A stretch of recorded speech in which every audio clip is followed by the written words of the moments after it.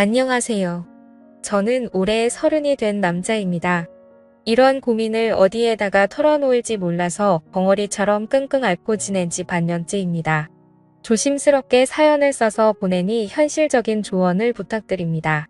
저는 어릴 적에 어머니를 잃었습니다. 사고로 떠나보낸 후 아버지께서 저를 혼자 키우셨습니다. 아버지는 직업 특성상 지방 전국 각지를 돌아다니며 현장 일을 하시며 저를 키우기 위해서 애써주셨죠. 저는 혼자 살 수 없으니 고모네 삼촌네 등을 전전하며 학창시절을 보냈습니다. 그렇다 보니 어느 한 곳에 오래 머물러 있지 못해서 친구들을 사귀는 것이 무척이나 힘들더라고요. 남들이 동창 모임이나 동네 친구와 약속을 잡고 만나는 모습을 보면 한없이 부러워지고는 했습니다. 그런 제가 마음을 열고 친해지게 된 사람들이 있었어요. 그건 바로 동호회 사람들입니다. 저는 20살 때부터 동호회 활동을 했는데요. 다름 아닌 절약 동호회라는 모임입니다. 여타 동호회처럼 먹고 마시고 어울리는 곳이 아니라 살아가면서 절약을 하는 방법에 대해 논의하고 정보를 나누는 곳이었죠. 이렇게 현실적인 동호회 활동을 하게 된 이유는 바로 가정환경 때문이었습니다. 아무리 아버지께서 타지에서 돈을 벌어 보내주신다 해도 그 돈이 넉넉할 수가 없었거든요. 게다가 언제까지고 아버지 신세를 지면서 살 수는 없었기 때문이죠. 그래서 대학 진학도 그런 이유로 포기를 하게 되었습니다. 솔직히 저는 공부하는 것이 무척 즐거운 사람이거든요. 무언가를 배운다는 것은 언제나 흥미롭고 제게는 행복한 일이었습니다. 그래도 그 모든 것을 누릴 수 있는 여건이 갖춰진 사람이나 배움을 계속 이어가는 것이지 저 같은 사람에게는 꿈 같은 신기루였습니다.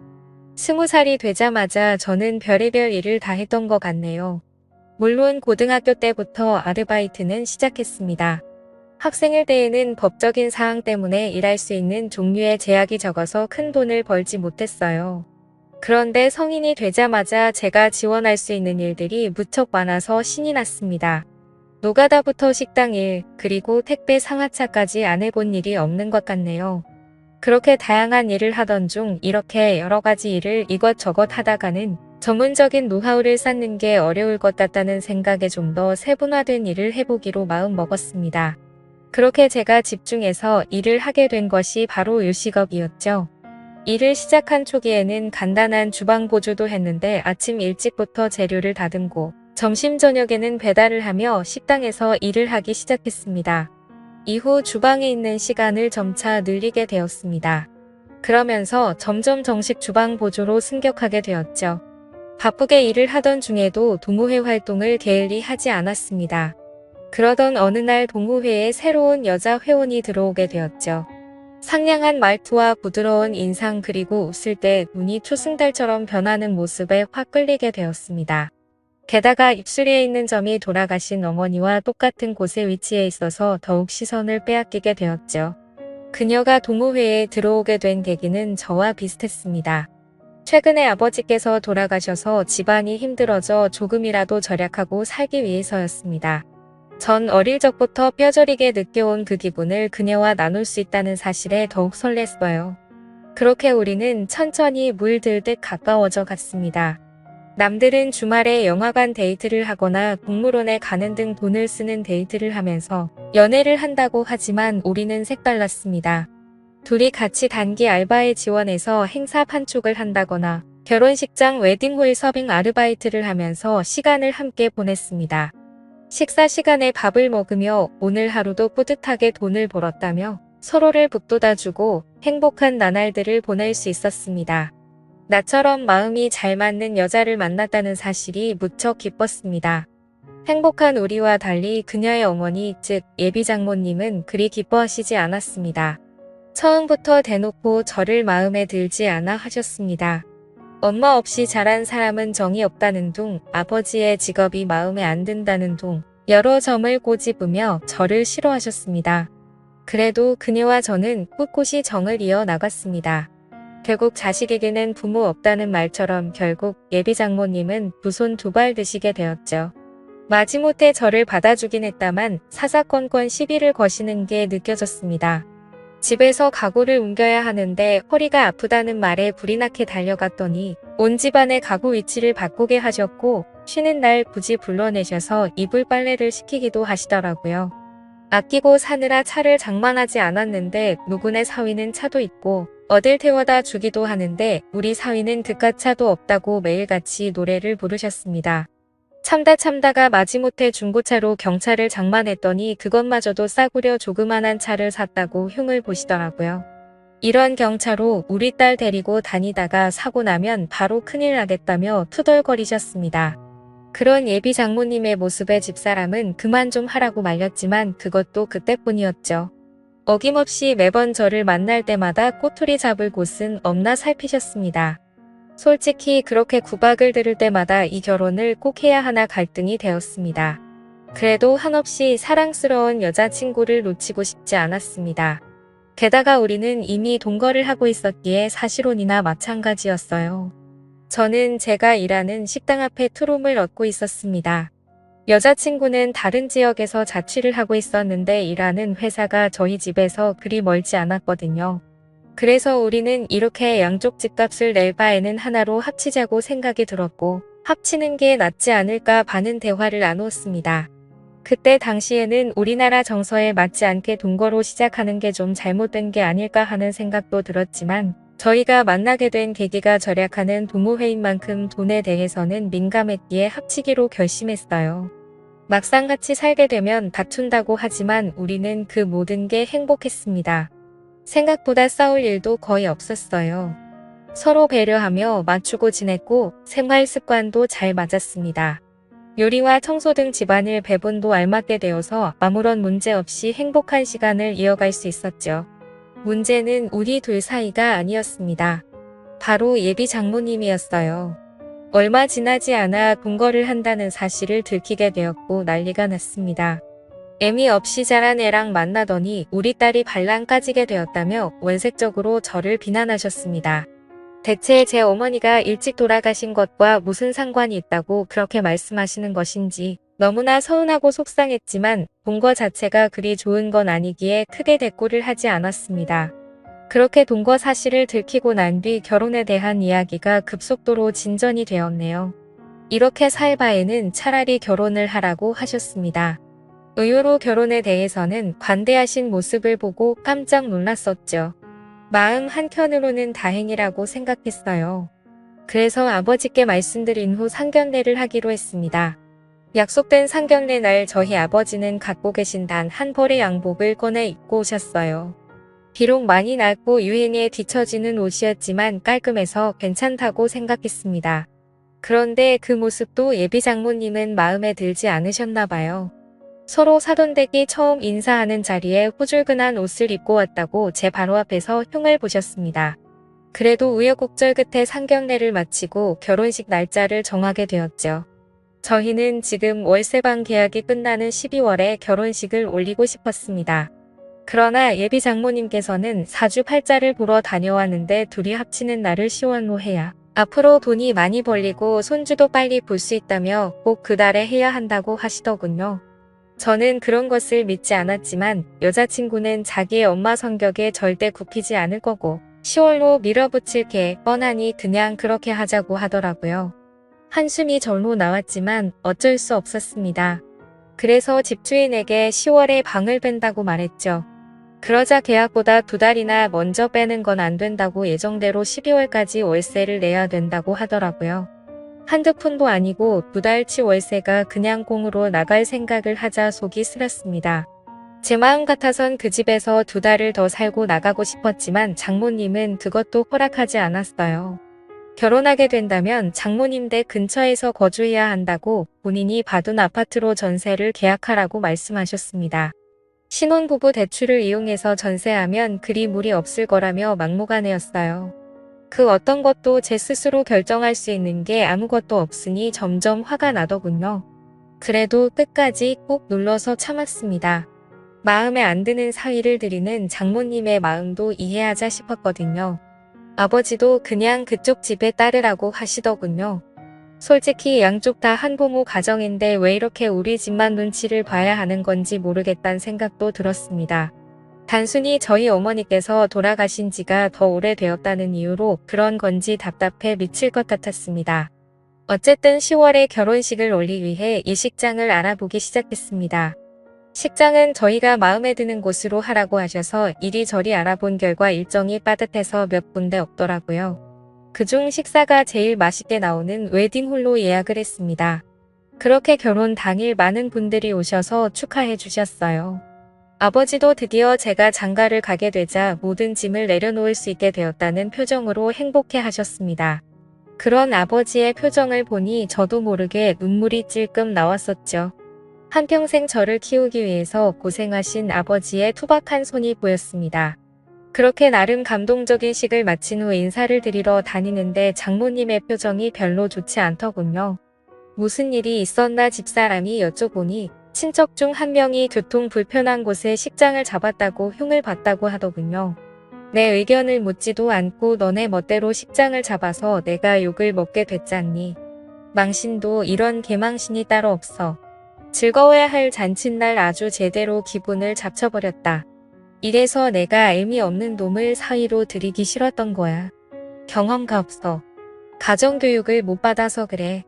대체 이게 식장 하나로 들을 욕인지 저는 지금도 이해가 가지 않습니다. 게다가 저희 보고 알아서 잡으라고 말씀하셔놓고 이제 와서 의견을 묻지 않았다고 화를 내시는데 돌아버릴 지경이었죠. 제 표정이 심상치 않자 집사람은 저를 달래기 바빴습니다. 우리 엄마 입이 워낙 좀 거칠어서 자기가 좀 이해해줘.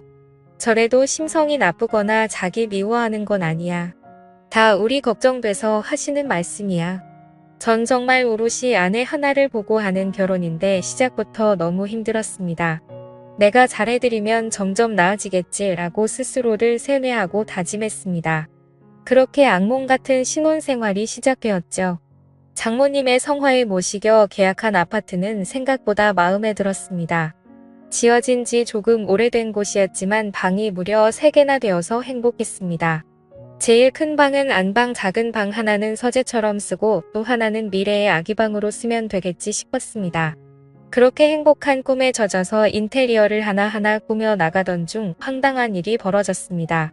퇴근하고 오니 난감해하는 집사람 옆에 장모님이 앉아 계시는 것입니다. 장모님 어쩐 일이세요? 연락도 없이. 아무 생각 없이 건넨 말에 장모님은 팍 쏘아붙이며 화를 내셨어요. 내가 내 딸 집에 오는 건데 굳이 연락을 하고 와야 되니? 제가 낸 돈으로 장만한 집인데 딸 집이라고 하시니 조금 무안했지만 우리 부부의 집이니 그 말도 아예 틀린 건 아니라 가만히 있었습니다. 그런데 제 눈에 띈 다른 점이 있었습니다. 아기방으로 꾸미려고 텅 비워놓은 3번째 방에 이불 보따리와 캐리어 3개가 들어가 있는 겁니다. 대체 이게 뭐냐고 황당해하며 물으니 믿을 수 없는 대답이 돌아왔습니다. 오늘부터 내 방으로 쓸 거야. 내가 순간 잘못 들었나 싶어서 아내를 쳐다보니 집사람은 아무 말도 하지 못하고 땅만 바라보고 있더군요. 너네 곧 애 낳을 건데 대체 누가 돌볼 거야? 내 딸 고생하는 모습 보니 차라리 내가 도와주려고 하네. 그래서 미리 들어와 있는 건데 자넨 그게 싫은가? 내가 싫은 건가? 아니면 내가 우리 딸 돌봐주는 게 싫은 건가? 둘 중 어느 것이라고 해도 자네가 너무 이기적인 건 아닌가? 애 낳고 몸 고생하는 내 딸에게 자네가 뭘 해줄 수 있다고 그렇게 유세야? 대체 무슨 논리인지 이해도 가지 않았지만 장모님의 우김을 아무도 말릴 수 없었습니다. 벌써 장모님 댁은 부동산을 내놓았다는 말에 입이 떡 벌어졌지만 그렇다고 밖으로 내쫓을 수도 없어서 반강제적으로 셋이 함께 살게 되었습니다. 그렇게 지옥 같은 날들이 시작되었던 거죠. 아침 일찍 일어나지 않으면 그렇게 게을러서 우리 딸을 어떻게 먹여 살릴 거냐고 구박하셨고 샤워하는 동안 물을 3개 틀어놨다고 땅 파서 돈이 나오냐고 낭비가 심하다고 화를 내셨습니다. 장모님은 그냥 내가 숨을 쉬는 것 자체도 불만이지 않으실까 이야기를 하니 집사람은 웃으며 그건 말도 안 된다고 하더군요. 나는 속이 썩어 들어가는데 집사람은 그냥 엄마가 까칠하다고만 넘겨버리니 저만 이상한 놈 되는 것 같았습니다. 그런데 문제는 그뿐만이 아니었어요. 장모님이 자꾸 우리를 엿보는 것 같았습니다. 정확히 말하자면 우리가 아닌 저를 말입니다. 처음엔 자의식 과잉인가 싶었지만 날이 갈수록 점점 또렷해지고 심해지는 모습에 식은 땀이 절로 흘러나오더군요. 집사람에게 은근슬쩍 이야기를 해봤지만 말도 안 되는 헛소리 하지 말라고 마구 웃더군요. 전 진지하게 정말 장모님이 날 자꾸 엿보신다고 하니 자기 엄마를 이상한 사람으로 만든다고 오히려 저에게 화를 내기 시작했습니다. 그렇게 우리 엄마랑 사는 게 싫으면 차라리 나가시라고 하면 되지. 왜 그런 식으로 거짓말을 하냐고 하는데 정말 미치고 팔짝 뛰겠더라고요. 처음엔 별일이 아니었습니다. 퇴근 후 옷을 갈아입으려는데 갑자기 안방문이 벌컥 열렸어요. 화들짝 놀라서 몸을 가리니 장모님이 대수롭지 않은 듯 빨래 갖다 놓으러 들어왔다고 하셨죠. 볼 것도 없는데 뭘 가리냐고 하셔서 멋쩍게 넘겼지만 그날 이후로 매일 같이 제가 옷을 갈아입는 그 시간에 빨래를 갖다 놓으러 들어오셨습니다. 하루는 제가 문을 잠궜더니 미친 듯이 문을 두드려서 이러다 부서지겠다 싶어 황급히 열고는 했습니다. 이뿐만이 아니에요.